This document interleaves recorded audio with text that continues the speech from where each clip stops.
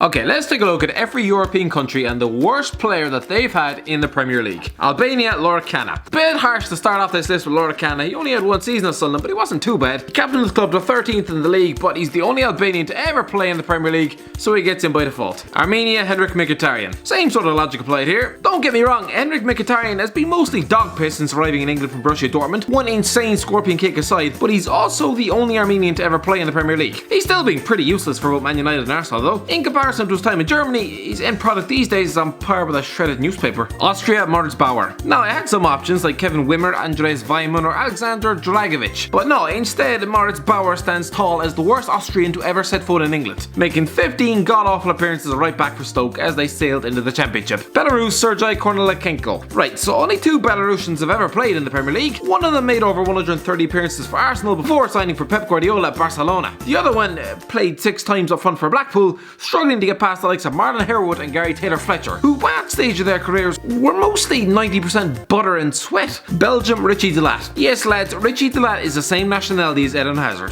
They clearly didn't come from the same mother. I don't think he's getting a call up to this golden generation anytime soon. I mean, officially the man is a Premier League champion from his time at Leicester and lasted 4 years at Old Trafford, but do not get it wrong, the man couldn't kick snow off a rope. Throw him in the Belgian squad and he'd be laughed off the training pitch. Bosnia, Muhamed Bezic. The thing is, I'm sure Muhamed Bezic is a fine defensive midfielder, he just never settled in the Premier League, making 37 appearances across 4 seasons for Everton before getting fobbed off to Middlesbrough on loan. Bosnia have been pretty well represented in the top flight, so I'm gonna go for him. Bulgaria, Alexander Tonev. Oh good Moses, Alexander Tonev. This fella was just allergic to hitting the goddamn target. You know, if you're making this list as Bulgaria's worst representative in the Premier League, when the likes of Svetislav Todorov exists, then you must be a pretty shocking excuse for a footballer. He played 17 league games for Aston Villa during the 13-14 season after being recommended to the club by compatriot Stilian Petrov. I'm guessing that was the moment people at the club stopped taking advice from Stilian Petrov. Croatia, BOSKO, BALABAN. Croatia have unloaded quite a lot of desperate footballers on England, with the likes of Ivica Mornar finding work at Portsmouth despite possessing the first touch of a drowned goat. But no, I'm going to go for BOSKO BALABAN. Signed by Villa for 5.8 million in 2001, he made just 9 appearances, scoring a grand total of 0 goals. The lad was a goddamn striker. Or at least he was supposed to be. Cyprus, ALEXIS, NICOLAS. I know what you're thinking, who the hell was this guy? Good question. A midfielder, he was the only Cypriot Chelsea ever bought, even though he was born in Westminster and started his youth career at Villa Park. He made 2 appearances for Chelsea, then the club underwent a financial makeover and his career was essentially washed down the sink. He now works in commercial real estate investment, no doubt regaling workmates down the pub about that one time he shared a dressing room with John Terry. Hopefully that was the only thing he shared with him. Czech Republic, David ROZEHNAL. Sit down, Yuri Yarashek, you've been let off the hook for this one. I'm gonna go for David ROZEHNAL instead. Signed by the usually defensively sound Sam Allardyce for Newcastle in the summer 2007, he made 21 appearances, looked about as composed as a donkey in ice skates, and was quickly shipped off to Lazio before he could do any more damage. Denmark, Per Krøldrup. It takes a special type of terrible to keep Niklas Bendtner and Andreas Cornelius out of this one, but that's exactly what Per Krøldrup was. A centre-back signed by Everton in June 2005 for a hefty £5 million. At the time that was a lot of money, alright? Instead of now being used as couch change to pay for Danny Drinkwater's left ankle. Krøldrup had to wait until Christmas to make his debut, helped the club lose 4-0 to Aston Villa, and would never be allowed back on the pitch again. Estonia, Ragnar KLAVAN. Don't get me wrong, Ragnar KLAVAN wasn't a hopeless footballer for Liverpool, but there were only 2 Estonians who ever played in the Premier League, and I'll jump on a bed made out of broken glass before I ever say a bad word about the almighty Marpoom. Faroe Islands, Gunnar Nielsen. Again, the only representative for Faroe Islands, Gunnar Nielsen made 1 appearance for Man City 10 years ago. I've no real idea if he's any good, but considering he ended up at Tranmere Rovers 2 years later, I'm guessing not. Finland, SHEFKI KUQI. Once Pardew's answer to the question nobody asked. He's played for Blackburn, Fulham and Christ above Newcastle in the top flight and was pretty hopeless at everyone. France, JEAN-ALAIN BOUMSONG. There have been so many French players who have ever set foot in the Premier League, so JEAN-ALAIN BOUMSONG should feel honoured to stand out as the worst.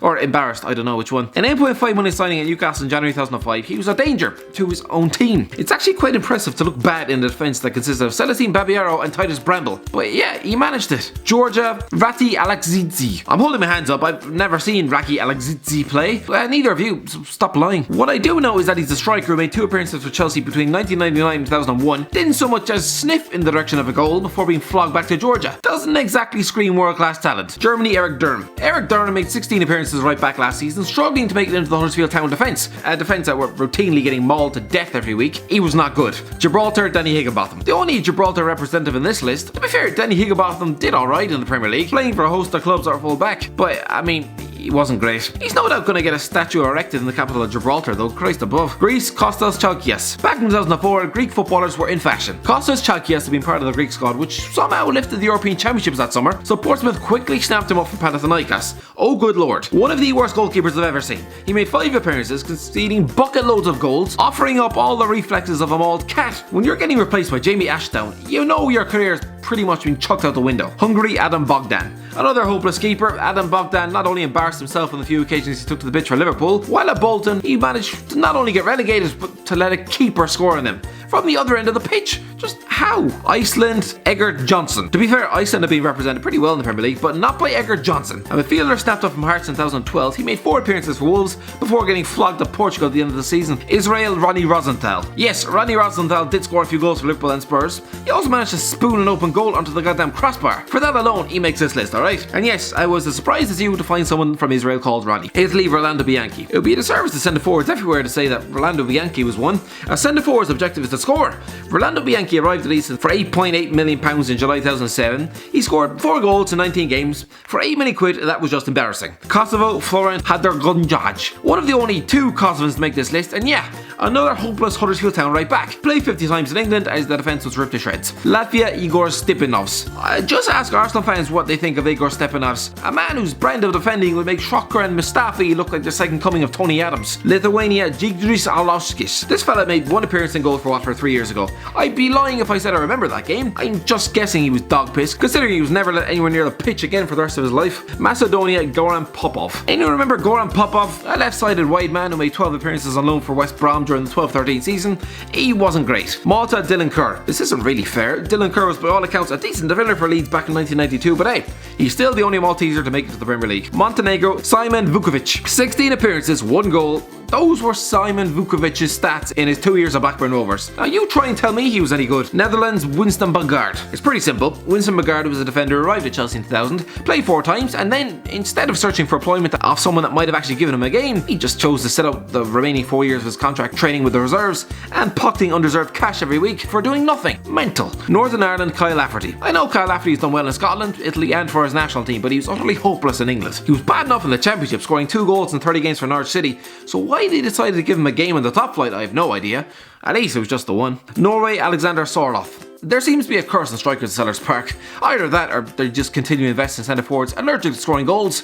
Alexander Sorloth was a £9 million signing in January 2018. He made 16 appearances and didn't score a single goal. Christ, there's bad signings and then there's that. Poland, Grzegorz Rosajak. A perfect example of a decent Championship striker who couldn't cut dry milk in the top flight. A pointless signing for both Tottenham and Bolton. He scored a combined 0 goals across 15 games for them before returning to the Championship each time. Portugal, Bebe.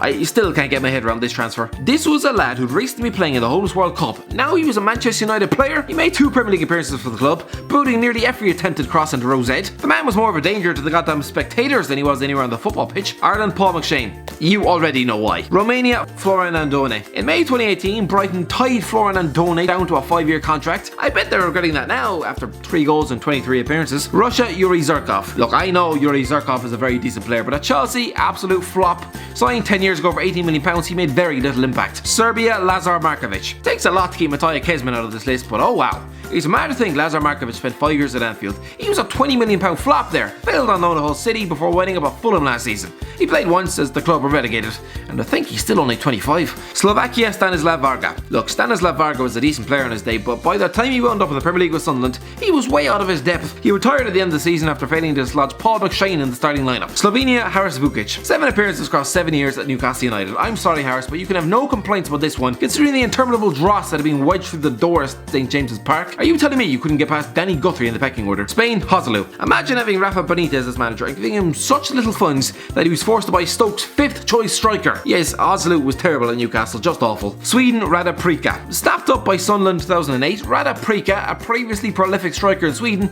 scored in his debut against Birmingham, then played just 5 more times, looking out of his depth in each one. Switzerland, Philip Dagen. Utterly terrible signing. Signed from Borussia Dortmund in July 2008, he made 7 appearances across 3 seasons, although several injuries didn't help. Turkey, Gökhan Töre. 5 appearances on loan from Besiktas at West Ham. The winger didn't exactly pull up any trees. In fact, he was pretty damn horrific. Ukraine, Andrei Varanin. And finally, Andrei Varanin finishes off the list, scoring 5 goals in 19 games for Liverpool during the 07-08 season. Bear in mind, he was a striker before following that up with 8 goalless appearances during the 09-10 campaign.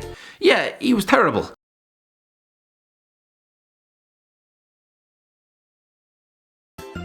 Bye.